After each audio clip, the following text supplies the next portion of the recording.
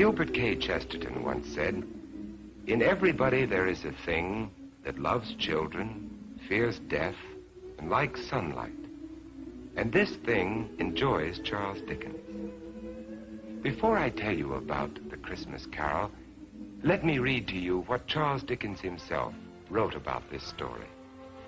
"I have endeavored in this ghostly little story to raise the ghost of an idea which shall not put my readers out of humor with themselves, with each other, with the season, or with me. May it haunt their houses pleasantly."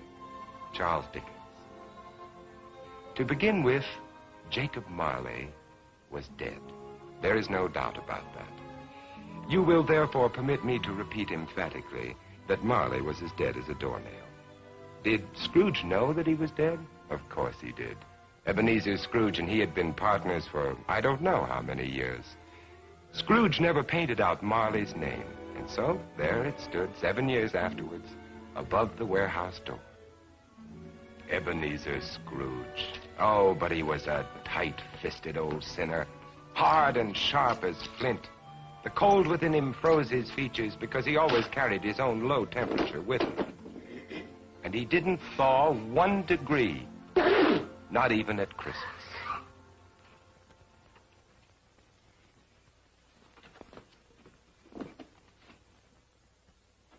Merry Christmas. Merry Christmas, Uncle. God save you. Christmas. Humbug. Christmas? A humbug? Uncle, you don't mean that, I'm sure. What reason have you to be merry? You're poor enough. What right have you to be dismal? You're rich enough. Humbug. What's Christmas to you but a time for finding yourself a year older but not an hour richer? Every idiot that goes about with Merry Christmas on his lips should be boiled in his own pudding. Now, Uncle, I know you... Now, you keep Christmas in your own way, Fred, and I keep it in mine. Be off now. This is a place of business. Don't be angry. Come dine with us tomorrow. No. Caroline will be happy to see you. Why did you ever get married? Because I fell in love. Love? That's the only thing in the world more ridiculous than a Merry Christmas. Good afternoon, nephew. Uncle, I'm sorry with all my heart to find you like this. Merry Christmas, Bob. Merry Christmas, son. Let me hear another sound from you. You'll keep your Christmas by losing your situation.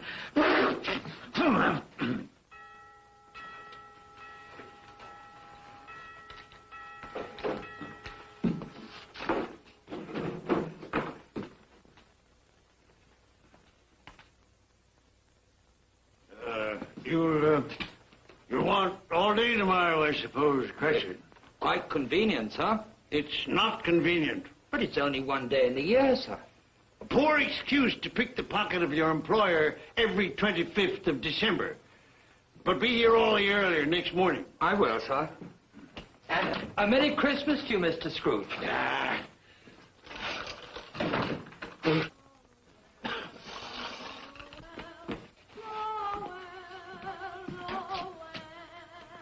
Christmas. Nonsense. Humbug.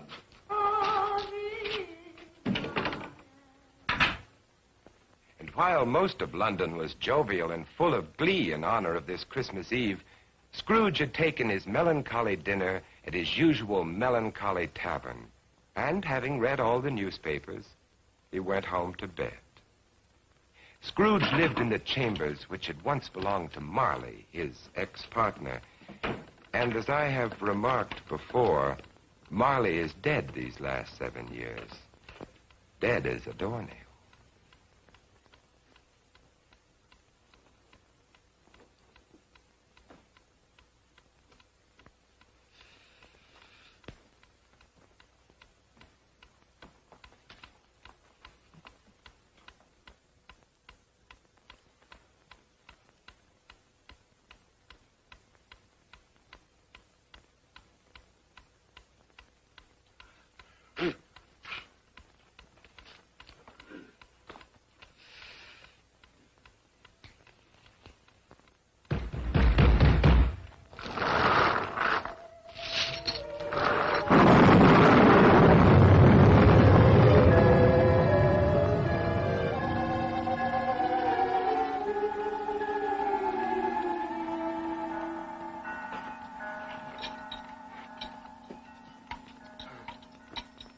Ebenezer Scrooge?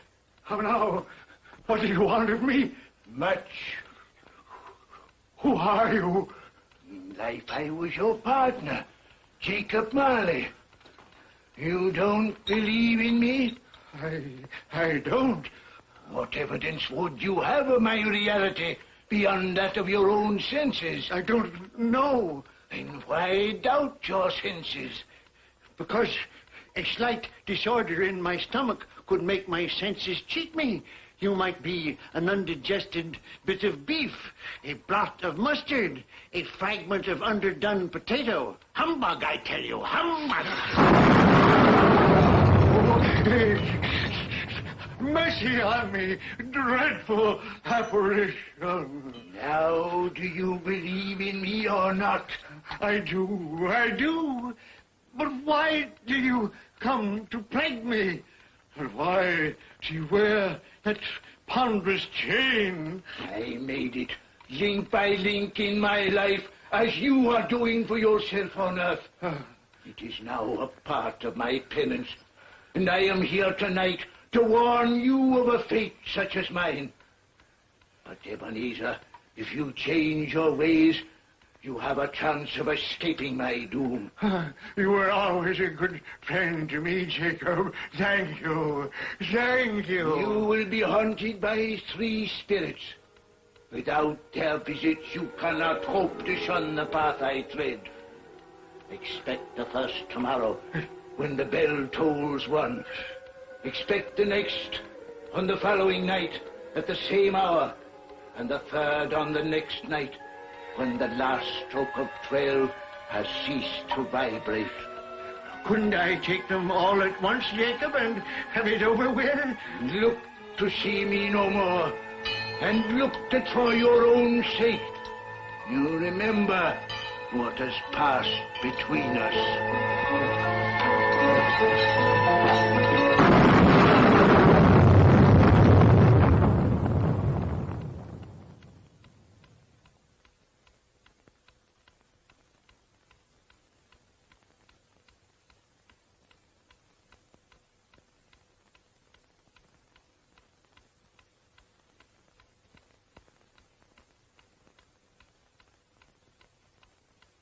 Scrooge tried desperately to say humbug to the strange happening, but the word stuck in his throat, unuttered, for it was highly probable it was not humbug. Being very much in need of repose from the experience he had undergone, or shall I say, fatigues of the day, he went straight to bed without undressing and fell asleep in an instant. A few hours later,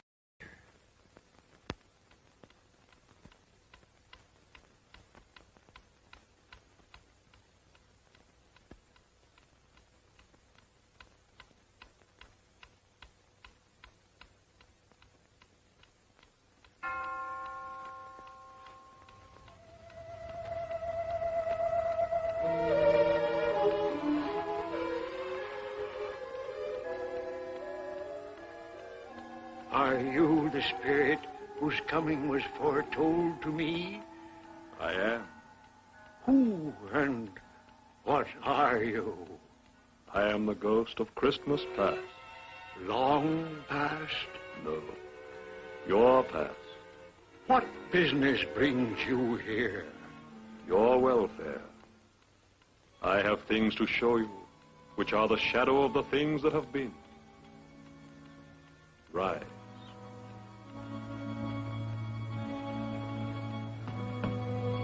And walk with me.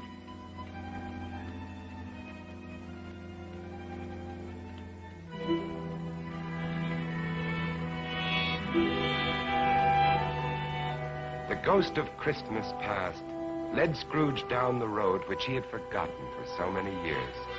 He showed him a Christmas day in the past, which was a happy one for most children, but not for one lonely schoolboy. Ebenezer Scrooge. Do you know that boy?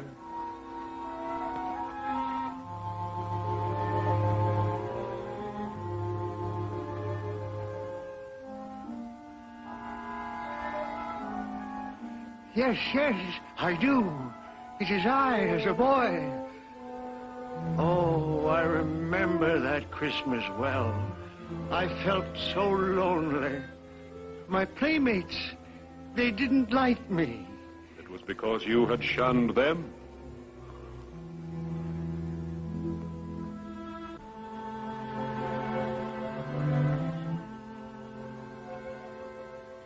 Oh, poor boy. I wish... What is the matter?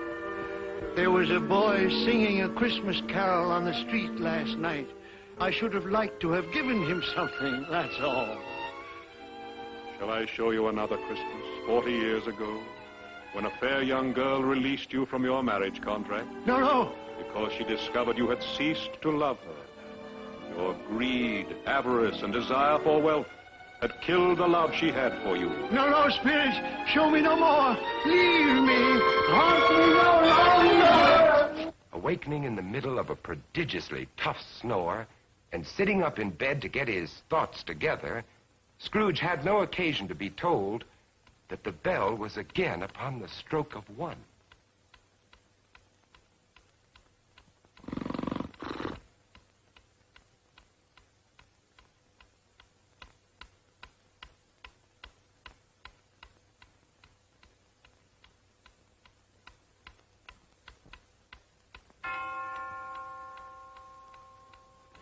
Scrooge! I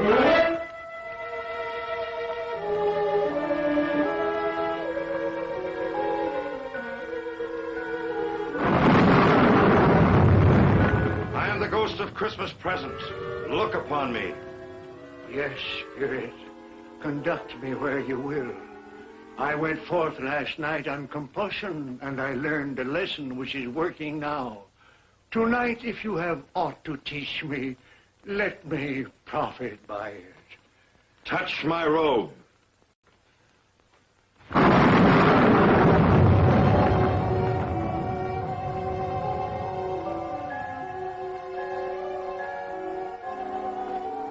Look.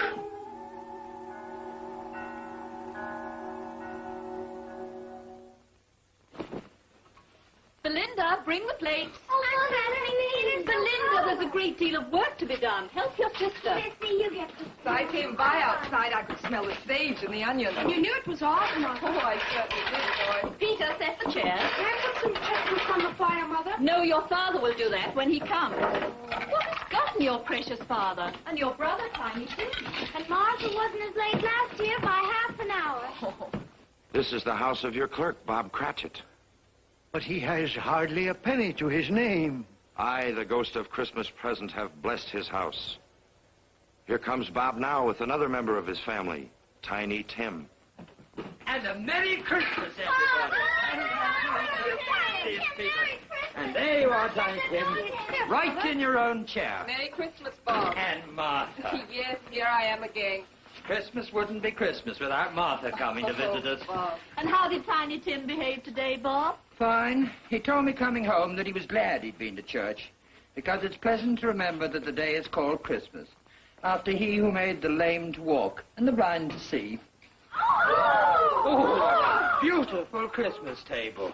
It would be more beautiful if we had a turkey, but we'll manage. Of course we will. See what a happy family your clerk has on only 15 shillings a week? Tiny Tim. I didn't know he was sick and a cripple.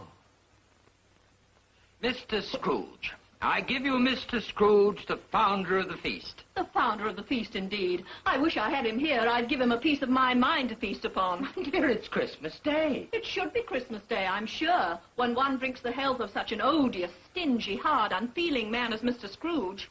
My dear, it's Christmas. Very well. I'll drink his health for your sake, and because it's Christmas. Long life to him.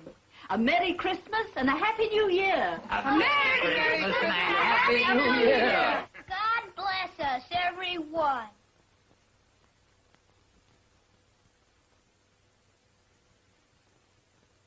Tell me, Tiny Tim, will he live? I see a vacant seat and a little crutch without an owner. No. Say he will be spared. My life on the globe is very brief. It ends tonight. Tonight? The time is drawing near for me to go and for your third visitor to appear.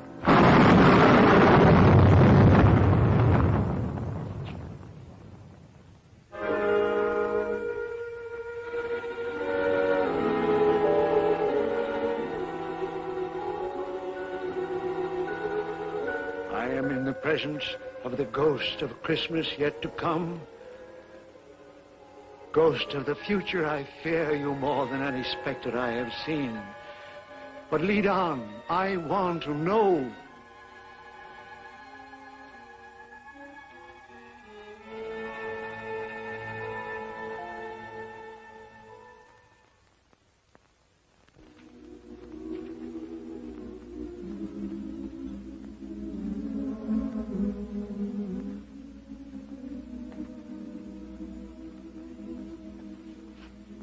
I met a very kind young man today who asked after you. Mr. Scrooge's nephew, whom I scarcely know. I told him about Tiny Tim, and he said, I'm heartily sorry for you and your good wife. By the by, how he ever knew that, I don't know. You what, dear? That you were a good wife. Oh, everyone knows that. And he said, if I can be of any service to you at any time, pray come to me. He's rather unlike his old Uncle Scrooge, isn't he?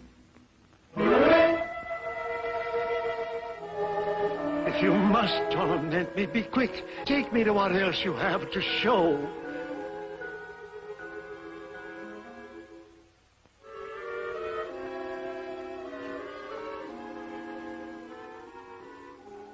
I don't know much about it either. I only know he's dead. When did he die? Last night, I believe. What had he done with his money? I haven't heard. But he'll have no use for it where he's going. It's likely to be a cheap funeral, for upon my life I don't know anyone to go to it. Suppose we make up a party and volunteer. When I come to think of it, I'm not at all sure that I wasn't his most particular friend. For we used to stop and speak whenever we met. I don't mind going to his funeral if lunch is provided. Tell me what man they are speaking of. Who is it that lies dead?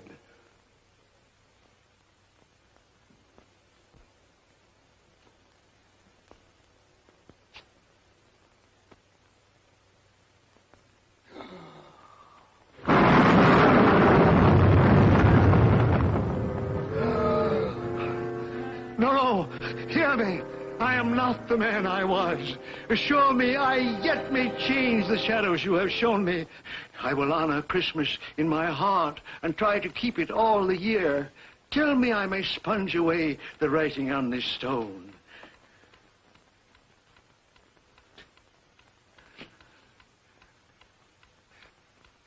Marley! Marley! Jacob Marley!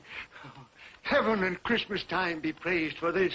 I will live in the past, the present, and the future. The spirit of all three shall thrive within me.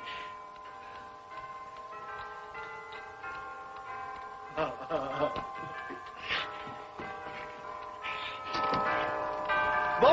oh boy! Yes, sir? What's today? What, sir? What's today, my fine fellow? Today? Why, Christmas Day, sir. It's still Christmas, and I haven't missed it.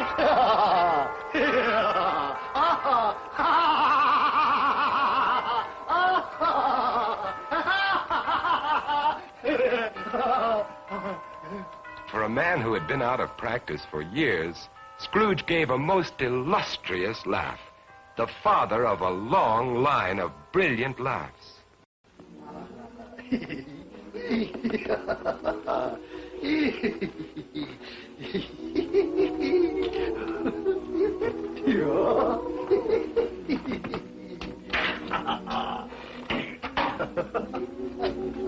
And Scrooge dressed himself all in his best, and at last got out into the streets, wishing everyone he met a Merry Christmas. Mr. Fred, come in. Have you room at your table for some friends? Oh, you're very welcome, Mr. Fred, sir. And you too, ma'am. I only hope that our lowly feast is to your liking. Now, don't fret about provisions. We've brought plenty for all. Merry Christmas, Bob. Mr. Scrooge! And Mrs. Cratchit, for you. Mr. Scrooge! My dear, that's for you.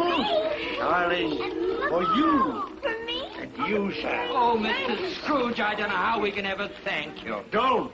and I'm going to raise your salary and help your large family in every way possible. And Tiny Tim, I saw a friend of mine at church just a little while ago, a famous surgeon. You and I are going to see him tomorrow, and he's going to be your friend, too. Mr. Scrooge!